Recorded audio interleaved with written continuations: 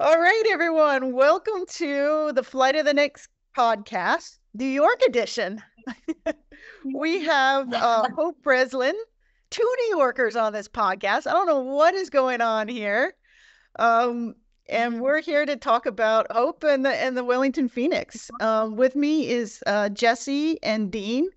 Jesse is a sheep farmer down in the South Island. I've muted her. How do I unmute you? Jesse, unmute yourself. And then Dean is over in Australia. Um, so we have this signature question. I mean, we'll go into New York later. Well, actually, quite soon. But we have this signature question. Describe yourself as a football player in 3 words. Great question. I think I would say passionate, creative, and technical. Passionate, creative, and technical. Cool. Which one of these stands out at the Wellington Phoenix? I like all of them. Maybe creative. Yeah. Yeah, I feel that. I feel in these first 2 matches that the creative juices are finally flowing for the Wellington Phoenix, and I've been watching I've been watching this, and it seems like there's an infusion of just flair coming in. So what in general hypes you up about playing soccer? What's I just love to play it, so that definitely. Say that again. You love just love to play. You love to play. You love the everything about it. Yeah, but I like to win. There's that New Yorker. Yeah. Cool. Well, you like to win. Obviously, my home. Yeah. It's just part of who you are. Cool. Yeah. Well, let's rewind the clock a little bit. Tell us more about who you are. What was your first football memory? Where'd you grow up? What was the whole vibe like when you were a young footballer, really young footballer? Yeah. So I was born and raised in New York, Long Island. And when I was little, my parents kind of threw me into, every sport possible and just kind of said, pick your favorite. You could do them all, whatever, to see kind of what you like. And I was always the best at soccer, and that was one I liked the best. So I probably played other sports until maybe I was around 12. And then I kind of just stuck with it because that's when I felt like it got more intense with just club. But my first memory, I just remember, I don't know how old I was, but what sticks out to me is playing an indoor tournament. When I was little, it was probably 5v5 indoors, kind of like futsal almost, I guess. And I think my team won. I know I got I think an MVP trophy or something. I think it was pretty small, but it looked really big back then. And I just remember after every game during that tournament, it was in a gym. And as soon as the whistle would blow, I'd run out the door, and my dad would be waiting there with his arms out, and I'd just jump into him. And yeah, I think that was a memory that sticks out for. Nice. Was it winter? I think so, since it was indoors. Yeah. Yeah. New York's cold. Speaking of futsal, did you ever play? Yeah, that's cool. Did you ever play? Yes, I love futsal. Did you? So I mean, Allie Long made it famous. I played. Where'd you play? Yeah, so I played for a futsal team when I started when I was really little as well. And that's my favorite thing to do. I think that's where I got a lot of my technical ability from. just because that's like the main focus when you're playing futsal, and it's just so much fun. And my team would always go to regionals, and we'd always do really well there. We won once. And then two of my friends and I tried out for like the US youth team, and all three of us made like the U16 team for the US futsal national team. Um, and then I think during that time, I'm like that was the highest like you could get to. So then after that, I kind of just stopped there. But now they have like an actual like full team. So that would definitely be cool. But yeah, I love futsal. Yeah. Yeah. It seems like a bit of the rage in New Zealand too, which I think is good because you really learn, really cool technical ability. So you went up the ranks and you played club football and then you played for your high school team. Do you do those simultaneously? How does that work in America? Yeah, so it's simultaneously. It depends where you live in the US, if it's in the fall or the spring. So my high school was in the fall. Um, so I also had club soccer, but it kind of always worked out, I think, because club soccer was more intense in the spring rather than the fall. So it was like pretty easy to work it out. I mean, I would have like, double practice, but oh well, kind of thing. And I loved high school soccer so much. It was so much fun. So yeah. Neat. And so you live like not that far away from New York City on Long Island. Like how far would it be to get into the town? So it'd probably be like a 45-minute train ride. Nice. And then did you play mostly Long Island teams or did you play teams from all over or how did that work out? Um, yeah. So when I was younger, it was mostly like Long Island teams, but then as I got older, our conference was kind of like uh, Northeast. So it was like New York, New Jersey, Connecticut, Massachusetts. So kind of that little area right there. Yeah. Neat. And so do you have any like shout outs of like people or places or moments that were important to you? Like a few highlights? Um, I mean, I could shout out so many people, I think. The list would go on, but I think, from family to teammates to coaches, but um, I've just I feel like I've been fortunate and lucky enough to have like good people surrounding me on every, team that I've gone to, and everyone has made like a real big impact on the player and the person I am today. So I feel like I'm just very like lucky and grateful to have the journey that I've had so far. Cool. And so you were in high school and did you get recruited by a university or how does that work? People here don't quite understand how that works. Yeah. So did Yeah. So you on your club team for the most part, you'll go to tournaments, they're called like showcases, and that's where um they'll be in different parts of the US throughout the year, and college coaches will go to those tournaments and kind of like scout players and just they'll have like the master list of all the teams that are playing. So they'll go to like, the games that they want. So it kind of helps um, to be on like, a higher level club team just because the college coaches will know, the level of that team. Um, and then there's usually a parent administrator on your team that had like little pamphlets of like each player and like a tiny little bio that they would like hand out to each college coach so they could like know who was who and like a little bit about them. And then the parent would then write down like what colleges were at your game. So then after you could like email them or if they called you, like you would know they were at your game. And from there, they kind of just start reaching out. But you could also go to like an ID camp that the university is having and show yourself there. So there's multiple ways to get recruited. interesting. It sounds like little playing cards are going back and forth and Yeah.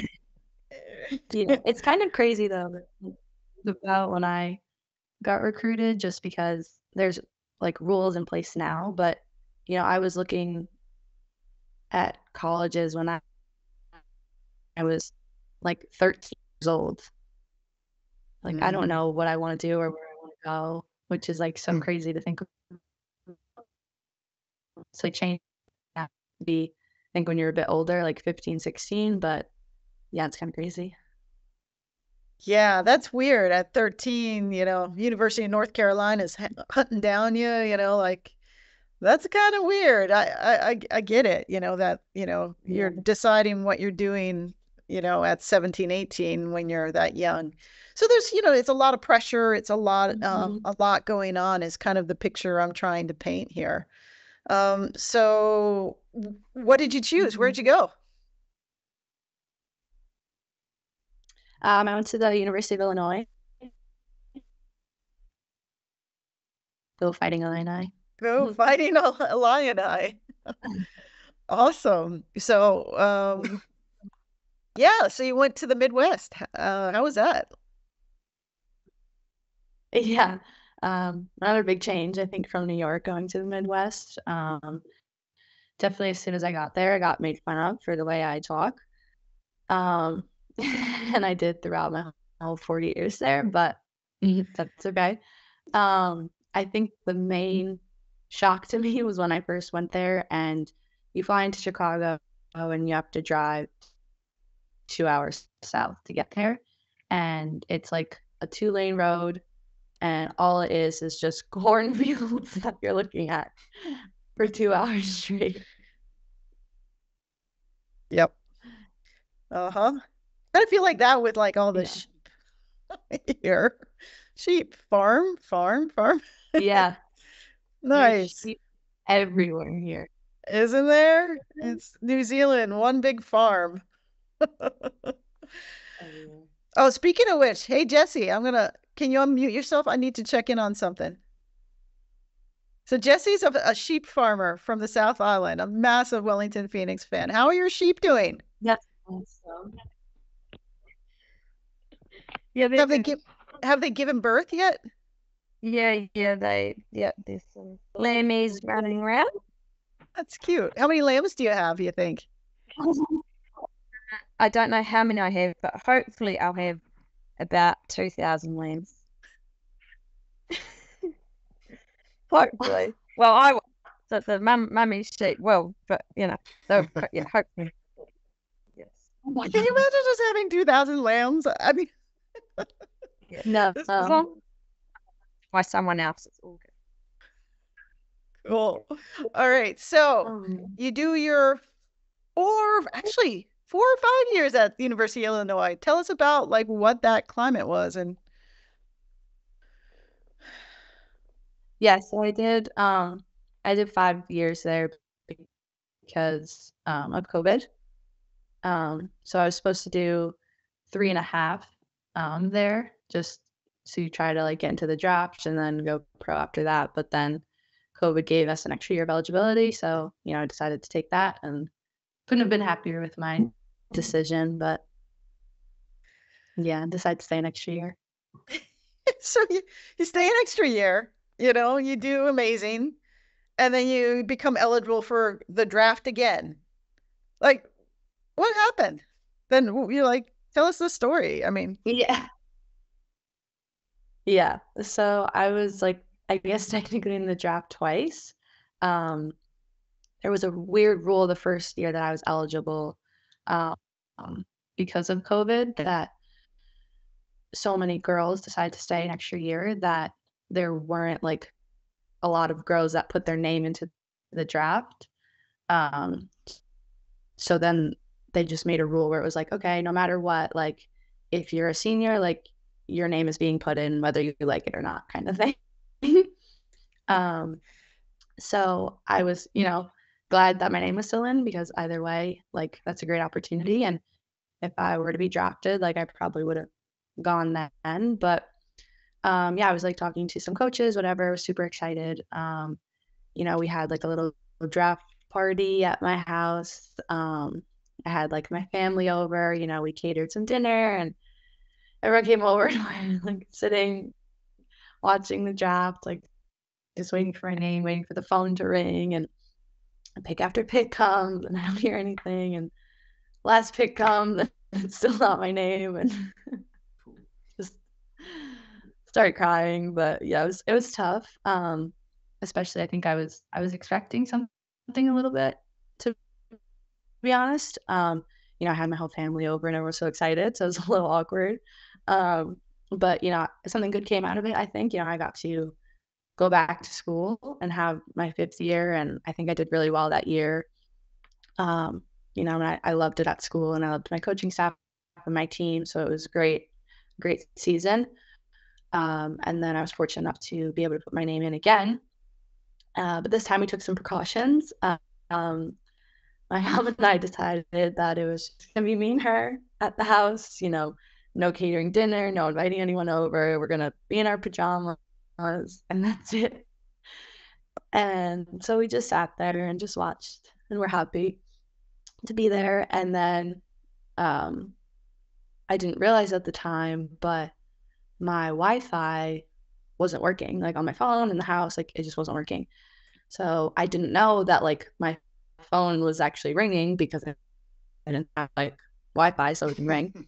And we're just watching TV, and it's like, okay, Angel City's like first pick is coming. Like, I wonder who they're gonna pick. And it's like Hope Breslin from University of Illinois. And my mom and I just like jump up and like running around and yelling, hugging each other. Like it was such a funny experience. And a few minutes later, like I went to call my dad because he was at work, and I was like, oh, that's weird, my phone's not working. And then I don't know how we fixed the Wi-Fi, and then I just got like call after call after call after call after call, like at the same time. But it was like such a cool, like awesome, genuine experience and reaction. And then within like 10 minutes, my family was over with like dessert and food. So pajamas still on, or did you dress properly? No, they stayed on, definitely. I love that. Pajama party. I just got drafted by the hottest team in the United States, and first pick ever, and pajamas. That's very cool. Well, that's just a really neat story that you can go from like to like, oh my God, here I go. So you entered the league in, what was it, 2022? Yeah. And just describe a little bit of the ownership group of Angel City to people from New Zealand. Yeah. So like it's such a complex, like big thing about well, I'm glad you're doing it, not me. Yeah. Between like the owners and the investors and everyone in between, I feel like there's just a huge group at Angel City that is so invested in the team and in the sport and in women's sports in general that they're really trying their hardest to make it I guess as best as they can.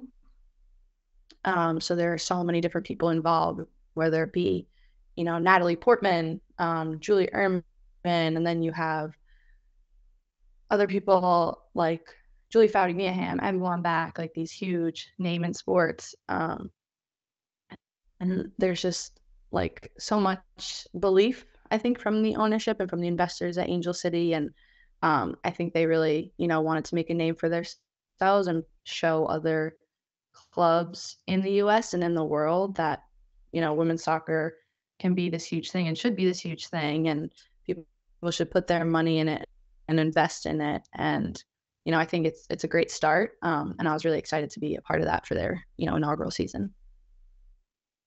Yeah, I mean they really see this as a business, number one, and number two as like an ethical business too, where they can involve communities, they give back, they really have their branding and their sort of values in a really good place. I remember talking to Julie Ehrman here in Wellington. And I actually begged her. I was like, can you give us some players? Oh my gosh. I did. I was like, how about just ask it? But by that time, you had gone to the Houston Dash, right? You had, yeah. Yeah. But I was like, hey, Julie, give us some people. We need some people. Yeah. And she was like, Oh my okay. gosh, that's so funny. Yeah. And she's like, I'm talking to the general manager or right now or the coach or something. I was like, okay, keep talking. But Oh wow. isn't that weird? Yeah. So just I'm going to ask you a little bit about the climate though in 2022. You're going into this league and it's an incredible opportunity. There's expansion teams in San Diego and Angel City, but then there's also this incredible reckoning going on inside the league around abuse in the past and whether it be abuse of coaches either mentally, physically, or even sexually. That's a really intense time to come in as like a happy-go-lucky rookie. I mean, what was that like for you? Yeah, no, that was definitely a big thing that was thought about, I think, amongst the league, amongst the players. So it was kind of scary to think about, um, that could be you one day, which, you should never have to think about when you're doing something you love, playing soccer. Um, and I think it was in 2022. I think almost, if not all, of the coaches in the league like were completely different than they were the previous year. For various reasons, but a lot of them not the best reasons. But yeah, so that was I think a big deal. Um, but I think it definitely helped. I think the team culture that we had at Angel City amongst the players, made it feel like a real safe space. And I felt like I had a lot of mentors on the team and people that I could trust and go to if I ever, needed advice or needed help in any aspect of life. So that definitely, calmed my nerves a bit and made me feel, like I said, safe. And but yeah, it was definitely, a scary time. But I think just being able to know that you have those people that you can trust and that um, now that they have resources in place to go to if something happens, because I know a lot of the girls were um, scared that if I tell someone I'm gonna get cut, I'm not gonna play anymore, and like I can't have that, like this is my job, this is how I make money, like I just have to deal with it. So just knowing that now there should be resources where it's anonymous or just different steps in this whole big thing that now they have put into place. And so that doesn't happen in the future, I think will hopefully make a difference and put an end to any sort of abuse. I know every time we have David Dome on the podcast, we're grilling him. We're like, what do you have in place? Where can these women go to, like, because the first year they were just over basically like in a dorm all themselves in, Australia. Mm-hmm. Some of these were like kids. And so I as a fan group, we're a big advocate for player welfare and player safety. And, it was interesting. As a side note, 2 New Zealanders were involved in that scandal with the the one coach not to be mentioned. So Gavin Wilkinson was a all white, a football player here, and the Western New York Flash coach who was trying to get another coach in, he was also an all white. So there's 2 New Zealanders sort of passing on a bad apple. I mean, we don't have that in writing that, but there is a sense that there was New Zealanders in that context, Gavin Wilkinson being a huge controversial one. Moving on though, but it just it can happen anywhere, and so we just want the A-League to learn from that experience, and that's why we touch on it. Yeah. So you go to the Houston Dash. You meet Haley Davison, your now teammate. What was that like? I mean, were you like, I guess you played different positions, so you weren't like competing directly. Yeah. Yeah, so I mean, we didn't know each other before Houston. That's where we first met. But we get there in February, both on trial for the team. Um, and that's definitely an intimidating, experience to be on trial when there's only, so many contracts available. So I think that kind of, helped us bond a bit, being like the trialists on the team. So, we were there for a short period of time, but I feel like, our relationship kind of grew pretty quickly because of that experience. Haley actually ended up going to play for a team in Sweden instead. And I stayed and ended up getting a national team replacement contract in the summer at Houston. So we just both went our separate ways. So I was there, and then we both kind of found out that we were signing for the Phoenix, and it was kind of just a nice little reunion. Yeah, that's cool. And so, well, that's great because it sounds like you had like some chemistry, some fun, some context before you came. Like you were going to be the rowdy Americans coming into New Zealand. Yeah. And there's something like really refreshing about being an expat and like being not, like you can be whoever you want to be as a player, as a person coming into a new country. Mhm. So the third person was Mariana Speckmeyer. And let's see, now you have a fellow North American with Foster. Anyone else? No, those are the three North Americans I can think of, right? Yeah, just us. Okay, cool. Fun. So, any other thoughts about playing with the Phoenix that from American perspective that, you're like, oh, this is cool. I'm bringing this American thing in.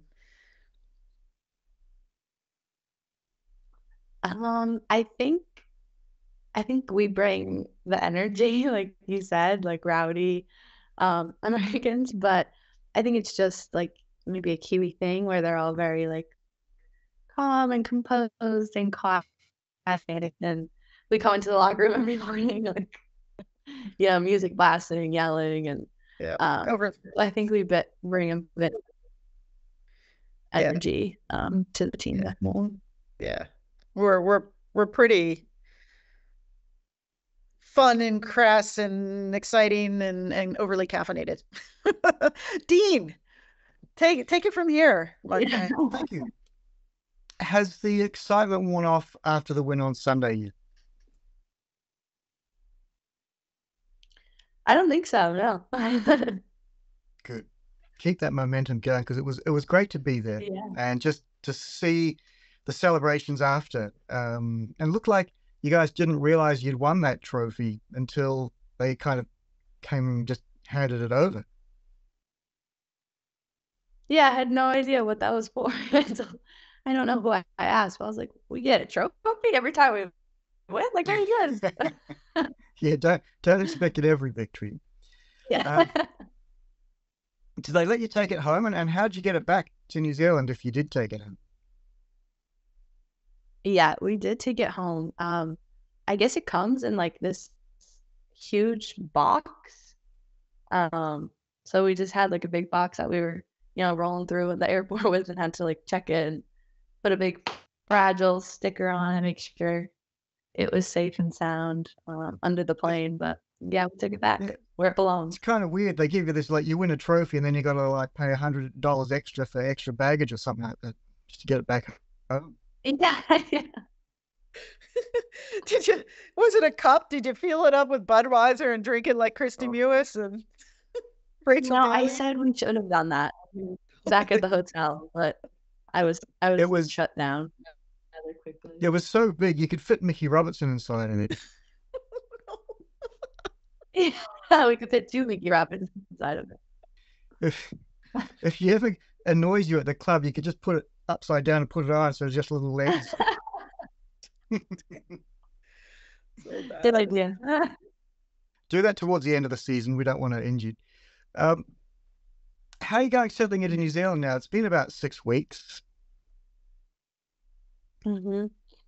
Yeah. I mean, I like it here a lot. Again, besides the wind, it's great. It's been pretty windy this past week. But I feel like when the days are really nice, it's really nice. But yeah, still getting used to driving on the other side of the road 6 weeks later. That was my next question: is are you driving yet? Sounds like you are. Yeah.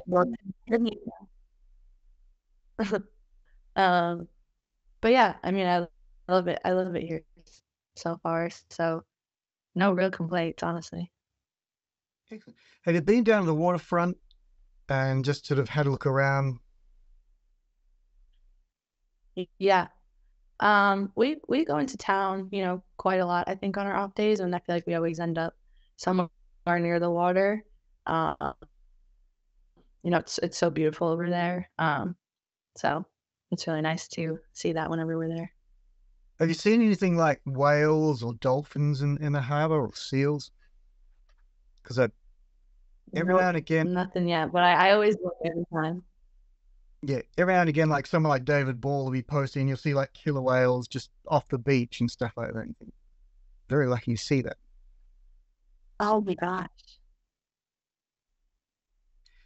Wow. And in your exploration of Wellington, what are some of the, have you discovered some nice places to eat? Yeah, I think we're always on the hunt for a new restaurant. We're a big fan of Rosie's, which is also right next to the water. So we go there a lot. We've been to Chow, which I think is a good Asian place. But we're definitely always on the hunt for good food. That's kind of what we like to find on our days off. So, if you have recommendations for us, my favorite recommendation, more than happy to try your review. Is FOMO on Dixon Street, a Vietnamese restaurant. I'm not sure if you've been there yet. Ooh, okay. If you go there, Josh is the guy. Tell him I said g'day. He'll probably add 5% to the bill because he doesn't like me. But it's just a nice little cheap, really good food. But it's worth a visit. I say go in. Okay, that's next on the list. Kind of reversing a little bit, what kind of food are you missing from home that you don't get in New Zealand? New York style pizza and bagels. So do you miss the pizza or the bagels more? Because I know it's hard. I mean, ugly bagel is really ugly. It's not good. The pizza. I feel like I have to pizza. Yeah. Yeah. So there is one place in Petone that's very good. I think we mentioned it on Haley Davidson's podcast. I mean, they're from Italy, and his son played for the Wellington Phoenix, and you walk in and it feels like Italy, and it's actually really good. I'll find out. I'll take a look. By the end of the pod, I'll tell you the name of it. Yeah, that's Libby Cacace's dad. Libby plays for Empoli now in Serie A. So he's come a long way from Wellington, that boy. Oh, wow. So, a couple of things around your flatting arrangement. I see that you threw a birthday party for Alyssa, because today's her birthday. It was really nice of you. I hope you all had fun. Yes, I had a blast. I hope she had a blast. I'm staring at, some decorations that I put up last night. But yeah, we kind of decorated the house a bit, blew up some balloons, brought her some dinner. We had some friends over, played games, and had a nice cake. And, I think it was a really fun time. You haven't had a call from the nutritionist yet at the Wellington Phoenix? Because I noticed there was a lot of chocolate and fries and nuggets in some of those photos. It was Alyssa's favorite, so we had to. And you're always allowed a cheat day, so why not for Alyssa's birthday? Was it also Kate Taylor's birthday? I saw. Yeah. Yeah. I think it was Saturday or Friday or Saturday last week. Did you meet Olga? Do you know anything about this? No, so she has Jesse's last name. So she has this alter ego. I think it's Olga, right? The Olga or Helga? Helga is it? Yeah, so she has this weird alter ego that comes out. And like it takes over her. Yeah. Ask her about it. It sent us on the floor laughing. It's just very matter of fact about it. Like it's not even like all that funny to her. She's just kind of, yes, I have this other. I guess I didn't And she also, her favorite ritual is to brush her teeth before the match. So watch out for that. That I've seen. I've definitely seen that. Okay, yeah, you've seen the foaming of the mouth before the match. You go tomorrow. Okay. Yes, please do. I see you've started to put your Christmas decorations out. Yeah. It's never too early. We have it right here, actually. We have a candy cane. And we have a tree. I take it they've got you, they've warned you that it's not going to be a snowy Christmas this Christmas for you. It's going to be probably hot, and you'll probably be somewhere either in New Zealand or Australia boiling.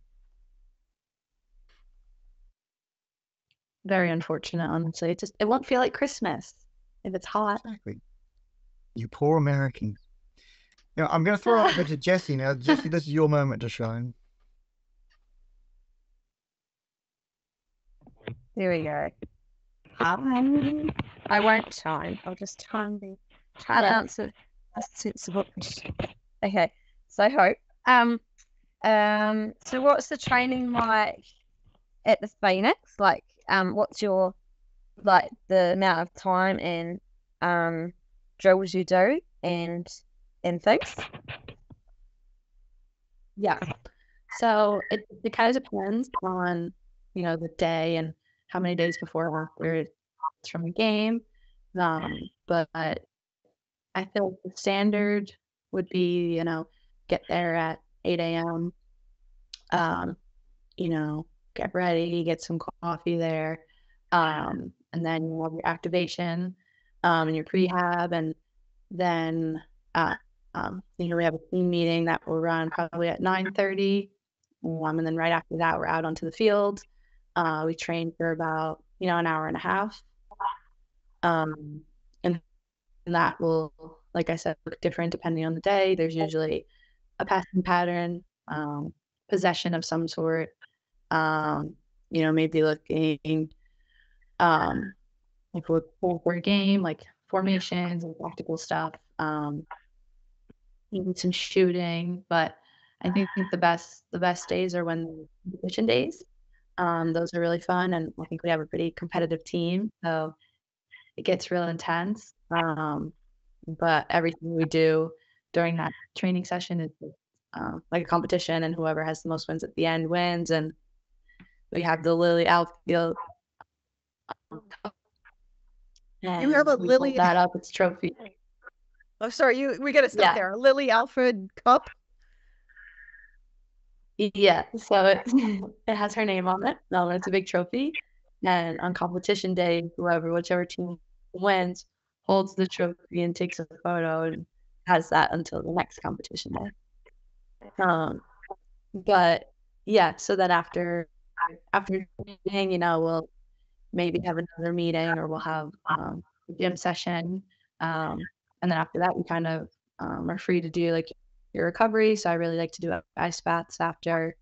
Some people will do the hot tub or the sauna, and then you kind of shower and go home, and maybe home between like 1 and 2, maybe sometimes a little later. So you have the rest of the afternoon to chill out after that. Yeah, but usually I feel like I'm pretty tired. I just want to sit on the couch. Fair enough. It's good that you're working hard at it while you're there. With the NZCIS, and that's pretty new for the Phoenix, that whole facility. So, what's your favourite bit? Is there a favourite thing about it that you like? Yeah. Yeah, I mean, it's like such an amazing facility. It's like one of, if not the best that like I've been to throughout my, soccer career. We just have like everything. And like I honestly couldn't think of something else that would be like, oh, it would be a lot better if they had this, because I feel like they have everything. But like I think I mentioned it before, but I'm big on like the recovery stuff. So I feel like just having like a whole big room that will have a, from cryotherapy, the saunas with the cold tubs, that's probably my favorite part. Yeah, I've never used an ice bath or ice tub, but yeah, and they're pretty quickly, like, and then back out 3 times or something. Is that Yeah. It definitely takes getting used to, because it was very cold, but yeah, I like them now that I'm used to them. nice? Nice. And what's your biggest goal for this season since you're at a new club and over here? Have you got a fitness goal or a team goal, or what's your one? I definitely think, getting as many W's as we can this season. Good call. I like that one. That's definitely a big goal of ours. Yeah. I think we set ourselves up well since this past weekend. And, I think we did really well against Western Sydney. So, we're going to try to just ride that momentum into the next game and the next one after that, and just, keep it up and play the way we know how to play. And I think for me, a big one, a personal goal, but also related to the team, is just, trying to be a good team, a good leader, and someone who always, brings the energy and out of training, and whether that's in the locker room or if, we're just hanging out outside of training or on the field during the game. I think that's super important. And I think when one person, has a lot of energy and is putting that on someone else, it kind of travels rather quickly. And I think that just brings the whole vibe all together, and just a lot easier and better for the team overall. Who's the player that would is there one in the team that's kind of like can lift you all by just saying like something at a right time, sort of thing? Like a particular player, or is it all pretty I don't know. Like I think I think honestly anybody, like if someone was just, feeling really passionate about something, and you could like sense it in their voice, I think it would really do something to the whole team, because like I said earlier, everyone is so competitive, and I think we have a really passionate team and know that, we can be really successful. So if one person's feeling a certain way, then we're all gonna, feel that inside of us too. Nice. And do you feel like the football you're playing suits you like really well with your technical skills being so high and stuff? Yeah, definitely. I really love the way that we've been playing, we're trying to play, and I think Paul and Callum have done, such an amazing job trying to implement this style of playing to the team, very possession oriented, keeping the ball, being patient with it, and then, when you're in the final third, being able to show your creative ability and your technical ability. So I think it really suits me as a player, and it's a style of play that like I've always enjoyed playing. So I'm just, really excited to continue that, and for the team to grow more into that style of play, and just be super successful throughout the whole season. Nice. It's good. It was it's awesome watching this season, because it's it's good. So much promise. Good. And what's your most memorable goal? Do you have one that you're like, oh my god, you could just remember it each time and think, I was so good? Yeah. I think I have a few from like high school days, but like when I built my high school team, just because I felt like I had the most fun in high school, just because, there was no pressure really in high school out there. So definitely a few from over there. But I think when I was in college, my last year, we were playing a team in double overtime, and I, like I got a three ball in and chested it. It bounced, and the keeper came out, and I hit it over her head, and it bounced into the net as like the buzzer hit.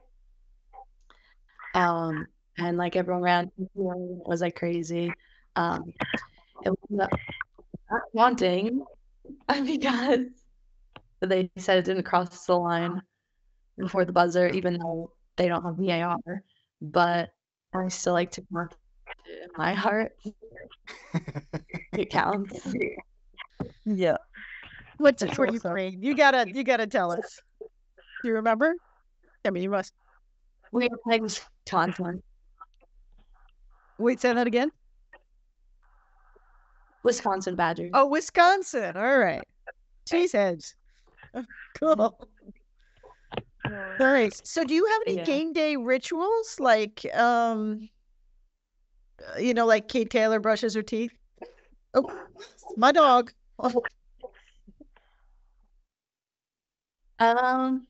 No. I do not. Maybe Kate will give you a toothbrush or something like that. No, get that. A question. The Chiefs, like your high school team, I think, with the Chiefs. How do you pronounce the town name?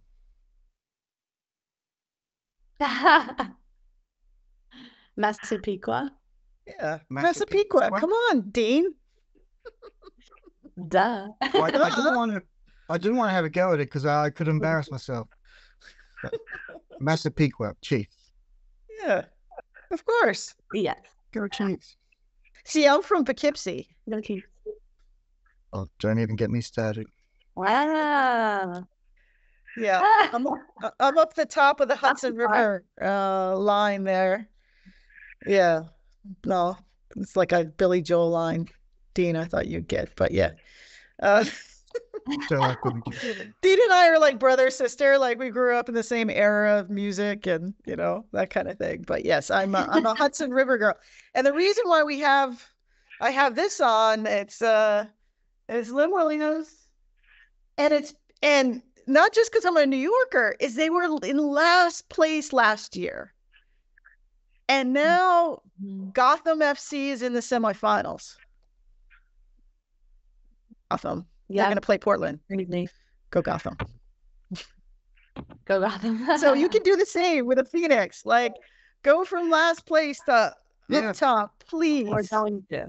Please, because if Gotham can do it, you all can do it. Dean, do you have anything else before we go to like the final section? I think I'm ready to go to the final section as well. How about you, Jesse? Any other questions? Just one more question. What's your favorite part about game day, Hope? Winning. That'll be the first thing, eh? Yeah, definitely winning. I think. Wow. I think just getting hyped in the locker room before the game is always a fun time. Depending who's playing the music, you get pretty intense in there. But it's always fun to see everyone, get hyped in their own way and not lose all week. So. Yeah, nice. Music's always good. Yeah. Okay. Cool. Thank you. Does the Phoenix, are you enlivening the locker room or are all the New Zealanders just meditating? I think we definitely, liven them up a bit for sure.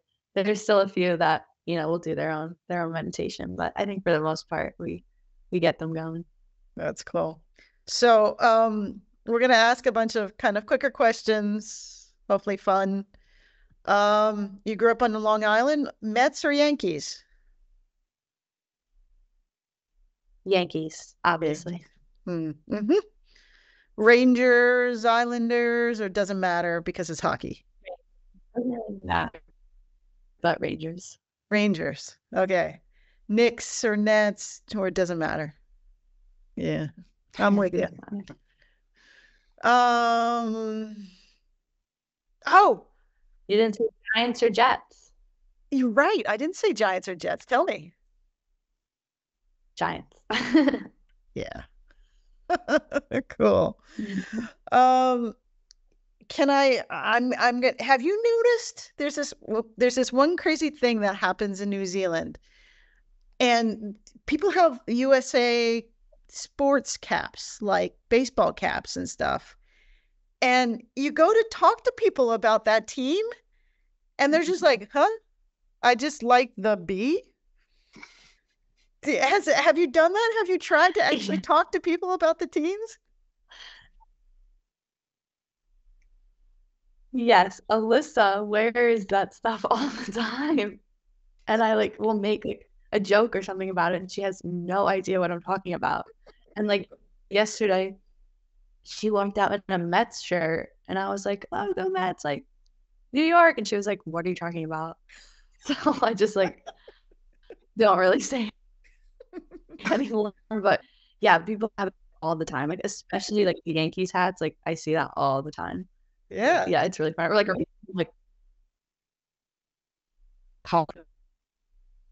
yeah. Oh, you cut out there. Yeah. Oh, they have like a sweatshirt with like a random like college name on it. I mean, it's okay. I mean, it's all right, but it's a little Yeah, weird for Americans to walk around and all these people are supporting these teams, but they know nothing about the teams. Or the Yankees hat will be like green, yeah. or LA will be pink, and you're like, oh, okay, all right. Anyway, just had to have a New Yorker moment around that. Dean, do you have any? I got a couple of hopefully interesting questions. You're a midfielder, so you're up and down the field. Cramp comes along, Oh, yeah. and they come out with pickle juice. Now, we're just regular humans. Can you describe to us what pickle juice tastes like? Do they even use pickle juice? Yes, they do use pickle juice, and I have one before the game and at halftime. I mean, I feel like a normal person would drink pickle juice, like out of like a jar of pickles. Like, no, but I don't know. Wow. It kind of tastes like pickles, but like juice and like a little bit salty. Okay. In my mind, it was sort of because you can see some people reacting that, and it looks like the most horrible thing in the world. But maybe they're giving you special pickle juice. Yeah, maybe. But like I know like the hot shot thing, that's like disgusting. Have you tried it? Or like mustard. Yeah, they had it in like college and ugh. Was it Alyssa Thompson that had it? And Yeah. her face went. Yeah, it went viral. Yeah, it's so funny. So I want to buy some, and we want to have like a pickle juice versus hot shot versus mustard pack. So all those things are used. So Yeah. if you're on the pitch and you're like your leg is going nuts and your friend's coming over to help you out, are you allowed to like put down a mustard pack? Yeah, you can. I don't know if you guys saw me during the game this past weekend, but I started cramping a bit in my calf. It didn't like fully go, so like I was able to, keep going after I stretched it for a second. But I had to go over actually and tell Riley, "Hey, stop punching the ball to me," because when I jump up for the header, I cramp every time I jump. So you have to play to the other side now. She was like, "Okay." So yeah, I came out shortly after that, but yeah.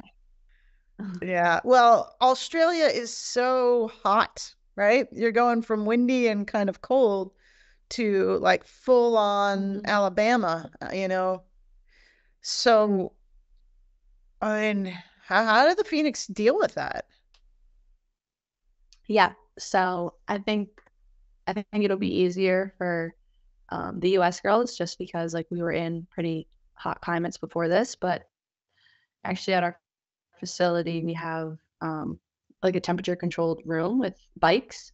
So sometimes after training, we'll have like a bike workout. So we'll have, like intervals on the bikes, and they can control the temperature so they can make it 30 degrees with however much like humidity, and it just gets like so hot in there like as you're working out. So it kind of, gets you used to the heat. So I think that definitely helps a bit.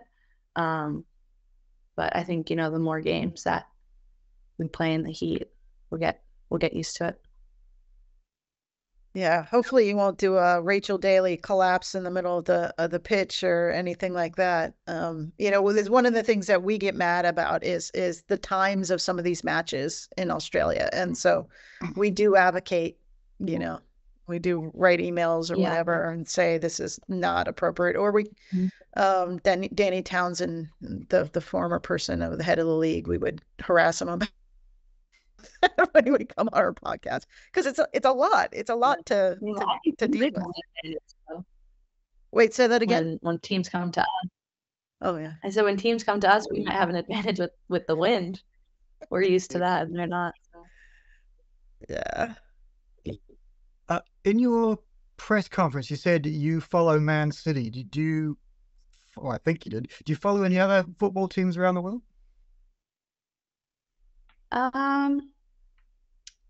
I mean, I follow a bit of the NWSL just because, I have some friends in that league. But that's about it, really. Oh, wait. Since you're on NWSL, okay. So Gotham or Portland? I mean, I guess I have to say Gotham. All right. And then we have Wave versus OL Seattle. Who are you rooting for in that one? Good question. Yeah. I'm gonna say, I don't know either. I'm gonna say the Wave. Yeah. Okay, cool. I'll say the Wave. Yeah. Yeah. That would be fun final. Yeah. Dean. Okay. Yeah, just probably my last question. Aspirations towards the end of your career. Do you see yourself wanting to perhaps coaching and management in the future, or is it just do my football career and then leverage your degree in some way? What do you have? I mean, it might be too early to think about that, but I'd be interested to hear what your thoughts.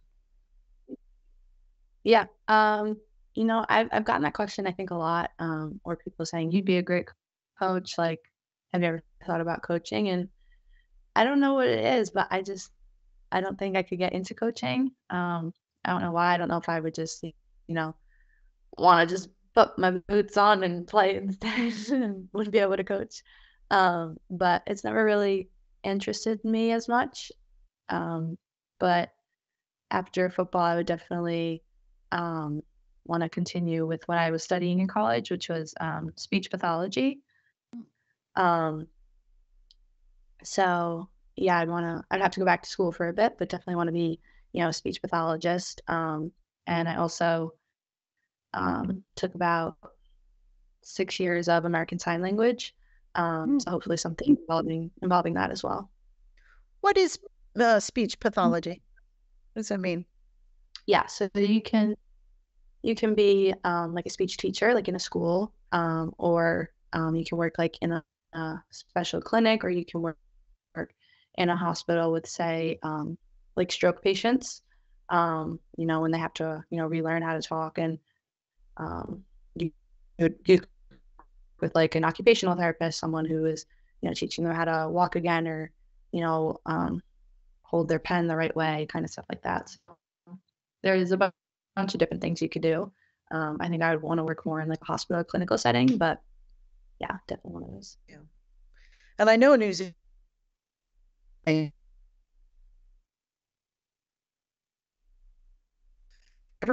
I'm back. Cool. Sorry, are we on? I cut out. No, I cut out. Okay. In New Zealand, there's a massive demand for speech therapists, that sort of arena of helping people out in that way. I feel like I wouldn't do well in the speech pathology world in New Zealand just because of the accents. I would teach someone something and they would say it a different way the next day.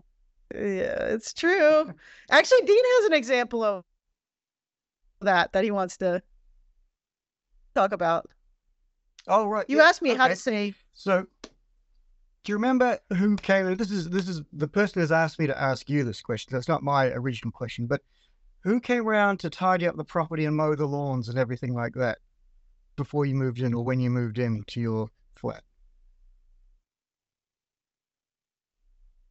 Who? Like a person? Someone came? Yeah. A He's certain looking for player's first father, maybe? name. I don't know. Can I have a hint? Oh no. Well, it's Alyssa's dad told me to ask you that question because apparently he came around and he did the lawns and tidied up the property and everything like that. And I didn't know. you call him, what do you call him? Well, Because who? Alyssa's dad? She calls him Alyssa's dad. so his name's Craig, but how do you pronounce Craig when you from New York? Craig. Craig. Then I say the same as you. So it's just funny because I think he noticed it and I've noticed as well. Americans pronounce Craig like Cregg. Craig. Yeah, Craig. Craig. Craig, bro. I think we make fun of all the time here as well. Even from Mariana and Haley, they make fun of me too, and they're from the US. See, you don't talk like a New Yorker, so I don't know what's going on. Like, you're not Every time I say coffee and chocolate, I get made fun of. coffee. All right, yeah, there you go, chocolate. Yeah. Yeah. So we're named after Flight of the Conchords. Do you know that TV show? It's probably before your time. Okay, you got to look up Flight of the Conchords. It's about New Zealanders who go to New York, and they have like a little rock band, and they think they're amazing. It was on HBO, and it was like a cult classic. And oh my gosh, you gotta watch it. So watch that. Flight of the Conchords. We call ourselves Flight of the Necks because they're the two New Zealanders who go to New York, and they have this whole fantasy about who they are, and they make these great songs, and they like the show blew up in America. It was really, really good, and not so much here. But one of the main characters was named Britt, and in America we say Brett, like Brett, like ooh. Nope. Craig. Oh, go on. Anyway, Brett, if you're being made fun of for saying Craig, like quick, just say Brett, and they'll go Brett. All right, are we on to show and tell? We could do show and tell. I hope the camera's just cut out. Oh no. And so Jesse's out. God, this has been a real banner day for. We might just have to call it here, perhaps. No. I have something important. I've got something important as well. All right. So we have this little segment where we show our swag. Actually, your camera's off as well. Or at least it is for me. Yeah, Jesse's gone. It's a nightmare. We should do show and tell at the start. I see. All right, Dean, do you see Hope? Okay, well, we're just gonna go with it. If it gets cut out, whatever. All right, I have a snack shirt. Do you know the podcast Snacks? Oh my gosh! And it's enormous. It was supposed to be a large, but it's like a 3X. It's huge, and literally it just says men's large. And when the U.S. women's national team came back in January to play New Zealand for the 2-game matches, I had Lynn Williams sign it. Oh my gosh! Yeah, and it doesn't even look like Lynn Williams. Like, if I look back on that, I'd be like, whose signature is that? And she just laughed, and she was like, Snacks, and she just signed the shirt. But I could never wear it because it's literally like the biggest dress I have. Like I could put a belt on it. Yeah, belt on it, look very 80s. Yeah. Is my camera on? Can you see me still? You're fine. Yes. Okay, I'm just going to show you my show and tell for today. And it's very appropriate. It's a match worn season 1 Alyssa Wynnum shirt, and it's even been signed. And she's turned 20, number 20. That's one of my treasured possessions. Yeah. Oh my gosh, I love it. That was a good one. I'm a little scared because I want to get this season's kit. I'm like the one person on the pod who hasn't gotten it yet. But every person I put on the back of my jersey, like, gets booted the next year. I think I have Grace Jolly, then I have Paige Satchel. So I'm like, I don't know who Be careful who you get. Exactly. So I'm like, it's cursed. And then my New Zealand one is Abby Urseg. It's just all a disaster.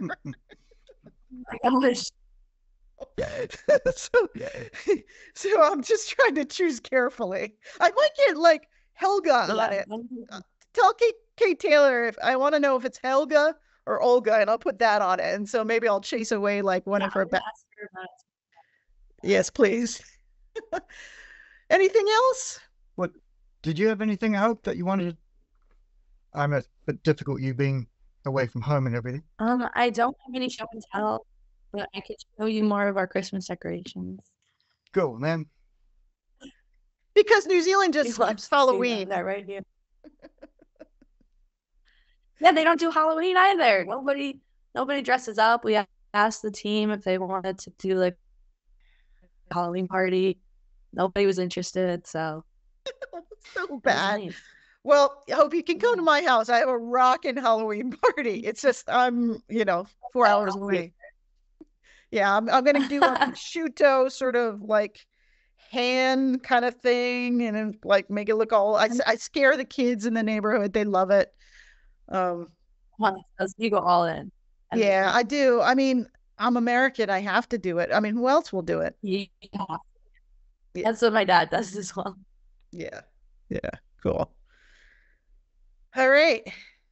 Shall we bring it home? Yeah, let's call it then.